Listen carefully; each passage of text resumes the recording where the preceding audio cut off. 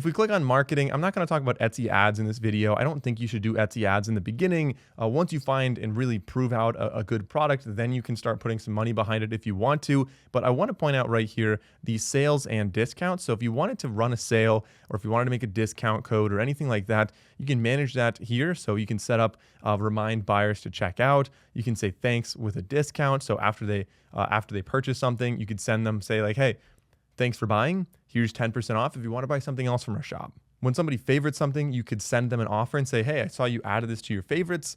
Here's free shipping if you're interested in buying it today. And that way, again, you convert that into an actual order. And then promo codes, as I said, if you're doing any kind of social media marketing or you have a newsletter, anything that you're trying to get a promo code out there, that's a good way to set that up right here. And again, maybe you just send out like a Father's Day or Mother's Day weekend email with the discount code to just kind of encourage those orders. And this is an interesting one. I've never actually done this except offers from buyers. So some listings, if you wanted to have like the ability for people to set an offer, you could do that. Maybe that'd make more sense if you have like a shop that sells vintage items, maybe like, you know, thrifted kind of stuff, one-off items. Maybe that would make sense. But again, I've never had a product that really needed that specifically. It's cool that it's there though.